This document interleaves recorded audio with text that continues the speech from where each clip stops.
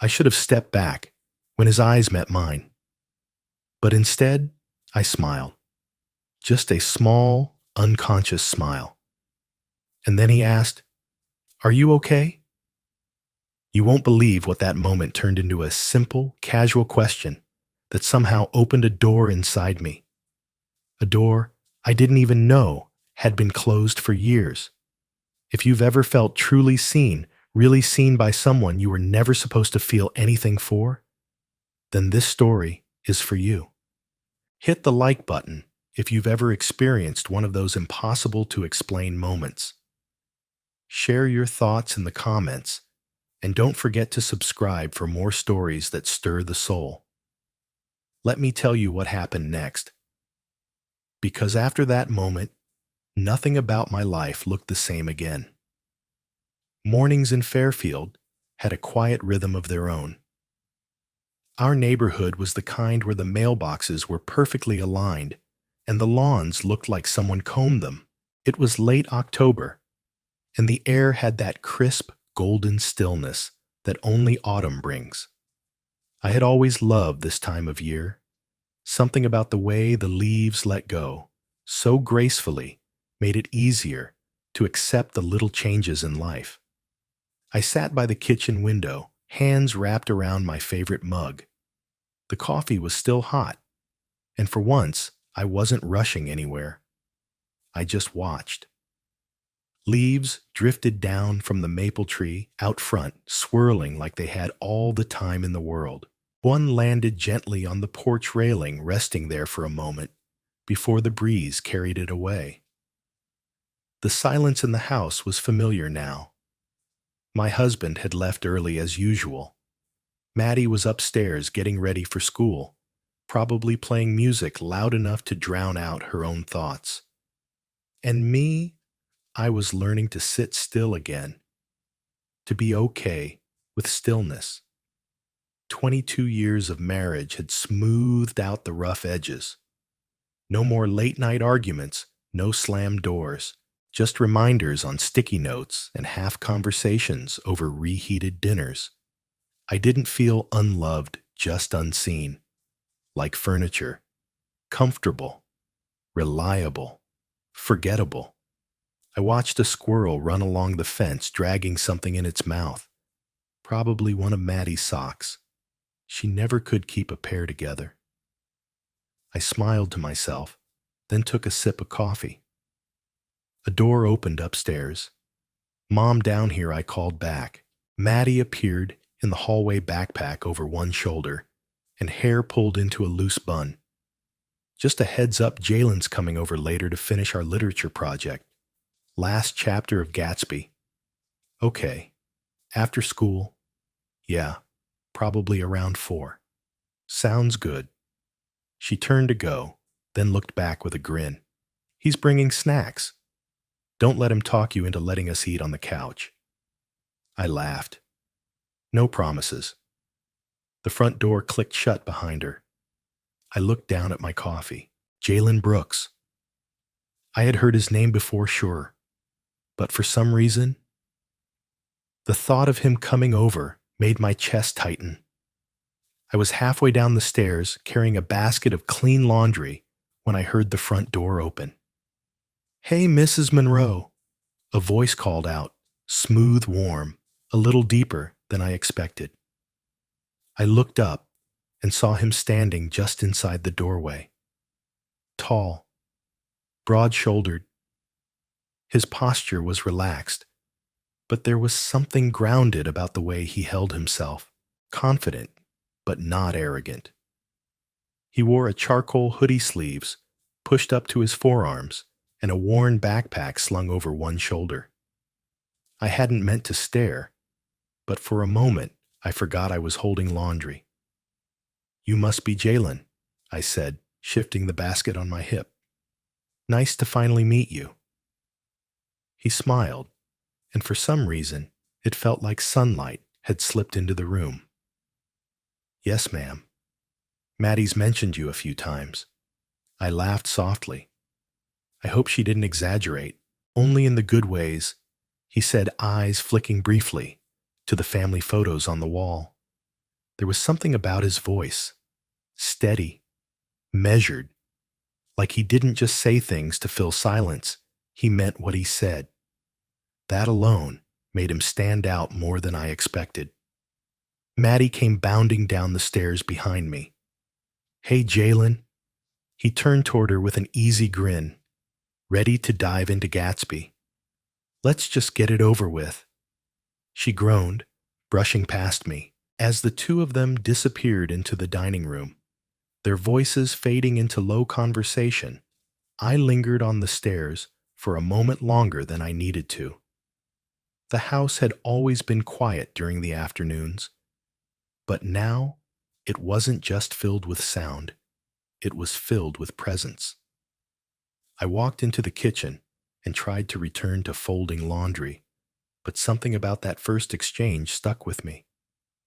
He didn't flirt. He didn't cross any lines.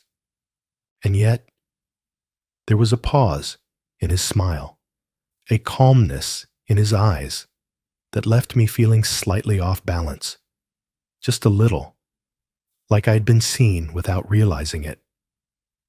Jaylen started coming by more often after that. Sometimes it was for the literature project, sometimes just to hang out with Maddie. Either way, his presence became expected, not intrusive, not loud, just quietly consistent. He had a calm energy about him, the kind that didn't need to prove itself. He walked into a room and somehow softened it.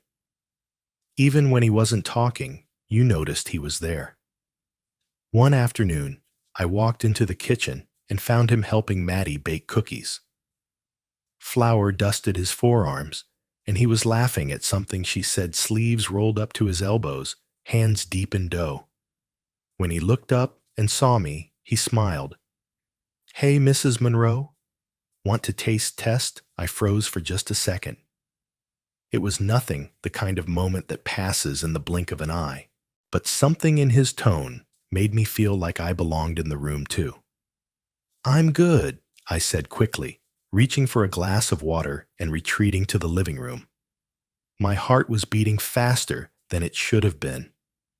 I sat down, told myself it was silly, that I was just tired. Another time, Maddie wasn't home yet, and I was coming back from the grocery store, keys in one hand, balancing 3 bags in the other. Jaylen pulled up just as I was unlocking the front door. "Let me help you with that," he said, already taking 2 bags from my arms before I could argue. "You don't have to," I started, but he was already inside, setting things on the counter, like he'd done it 100 times. "It's really no trouble," he said, glancing back at me with a look that lingered just a second too long. That second stayed with me. It wasn't romantic. It wasn't even inappropriate, but it made me feel noticed, and that somehow felt more dangerous than anything else. I started catching myself, looking forward to hearing the door open, to hearing his voice blend into the rhythm of our home. I hated that part of me, the part that waited for something unspoken, something I had no right to feel. I told myself over and over he was just Maddie's friend, just a nice kid. But his presence settled into the spaces I didn't know were empty. Wednesday mornings were our walking days. Samantha and I didn't always plan it, we just knew. That morning, the sky hung low with gray clouds, and the air smelled like wet leaves. We walked the trail behind our street, the one lined with fading maples. It was quiet, the kind of quiet you don't want to break unless you really need to.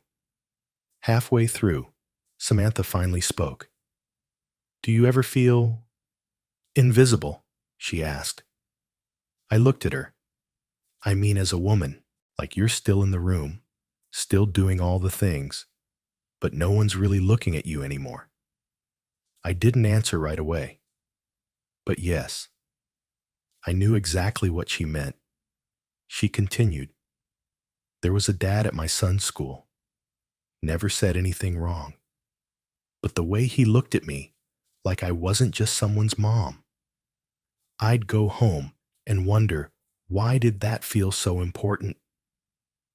Her honesty gave me permission to ask something I hadn't dared say out loud.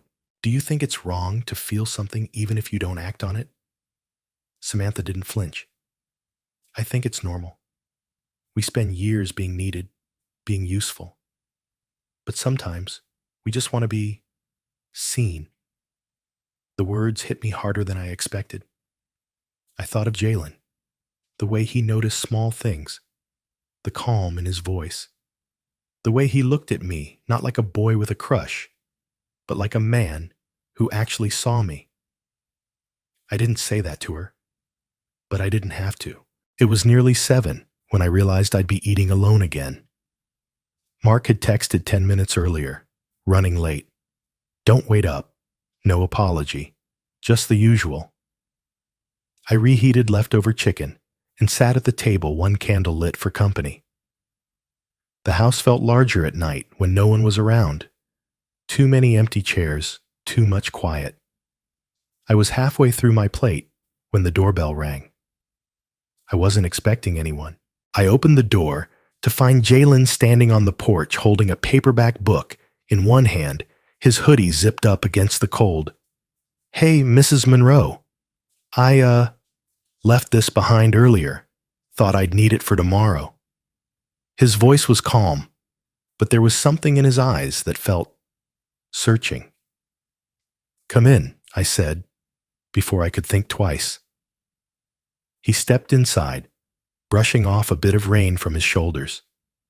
Smells good, he said, nodding toward the kitchen. Leftovers, I replied with a small smile. Nothing fancy. I offered him a drink, and he politely declined. Still, he didn't rush to leave. He lingered near the kitchen doorway, hands in his pockets. I stood on the other side, suddenly very aware of how quiet the house had become again, but for a different reason this time. You always eat alone. The question caught me off guard. Sometimes, I said. Mark works late. He nodded slowly, his eyes meeting mine for a moment too long. And in that moment, I wasn't Maddie's mom. I wasn't a wife with dinner gone cold. I was just a woman, seen, noticed, and I didn't know what to do with that feeling. Maddie's birthday landed on a Saturday, and she insisted on having a backyard get-together, nothing big, just friends, snacks, and a Bluetooth speaker she never turned off. The yard buzzed with teenagers' laughter and paper plates flying in the wind. I mostly stayed near the patio, refilling drinks, checking on the food table, trying not to hover too much. Jaylen arrived late, carrying a gift bag and that same calm presence he always brought. He greeted Maddie with a side hug, then walked over to me with a smile. Need help with anything? Not really, I said. But thanks. Still, he stayed.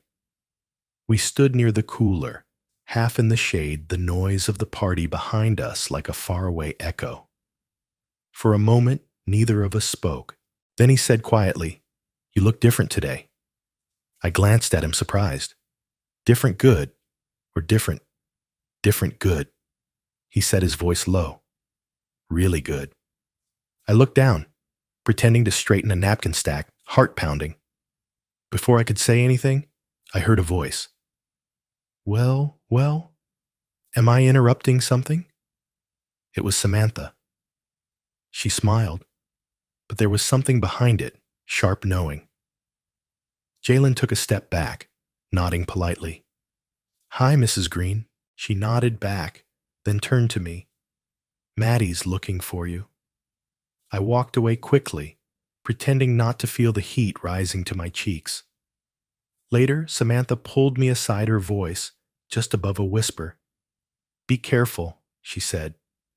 There's a difference between being seen and being watched. I didn't reply. because I wasn't sure which one I had become. The party ended just as the sun began to dip behind the trees. Guests trickled out, car doors slammed, and the backyard fell quiet again. I stayed near the patio collecting cups and napkins when I felt someone behind me. "Can I talk to you?" Jaylen's voice was low, careful. I turned to him. "Now, just for a minute, walk with me." Against my better judgment, I nodded. We walked down the street in silence. The neighborhood was hushed, bathed in amber light. Leaves crunched beneath our feet. I kept my hands in my coat pockets, unsure what to say. He spoke first. "I know I probably shouldn't say this," he began, "but I haven't stopped thinking about you." My breath caught. He didn't look at me, just stared straight ahead, like saying it any other way might break something between us. I stopped walking. "Jaylen, this can't happen." "I know," he said quickly. "I'm not trying to cross any line. I just needed to say it, because it's real." I looked at him then. He wasn't a boy in that moment. He was just someone trying to name what neither of us had dared admit. "I feel it too," I said softly. "But that doesn't make it okay." We stood there for a moment, not touching, not moving, just feeling the weight of everything unsaid. Then I stepped back. He nodded once slowly. "I'm sorry." "Me too," I whispered. We walked back in silence. When we reached the house, he didn't say goodbye, just gave me a look that held everything. That night, I lay in bed next to Mark, his steady breathing beside me. My body stayed still, but my mind replayed every word, every pause, every almost. It hadn't gone too far, but it had gone far enough. 2 days passed. The scarf Jaylen left behind was still on the chair in the hallway, half folded like it was waiting for something. I picked it up, ran my fingers along the fabric, then opened the drawer near the coat rack and tucked it away without thinking. Later that night, I sat alone in the living room. Maddie was out. Mark had fallen asleep on the couch. The TV glowed with some crime documentary I wasn't really watching. My eyes wandered to the old photo frame on the shelf our wedding day. I looked so young in that picture, so certain. When did I stop feeling like her? I stood up, walked to the front porch, and opened the door. The night air was crisp, the wind soft. Leaves skittered across the wooden boards, tumbling into the dark. I stepped outside and let the wind touch my face. No music, no voices, just stillness. And in that stillness, I realized something. What I wanted wasn't Jaylen. It was to be reminded that I still existed beyond my roles, that I could still feel something, that somewhere beneath the routines, I was still here. Maybe that's what women like me long for, not escape, not affairs, just to be seen, to be remembered, maybe to remember ourselves. So, if you've ever found yourself on the edge of something you can't name, don't be ashamed. You're not alone. And if this story stirred something in you, share your thoughts in the comments. I'm listening. Hit like. Subscribe. Because sometimes the things we don't talk about are the ones we need to hear the most.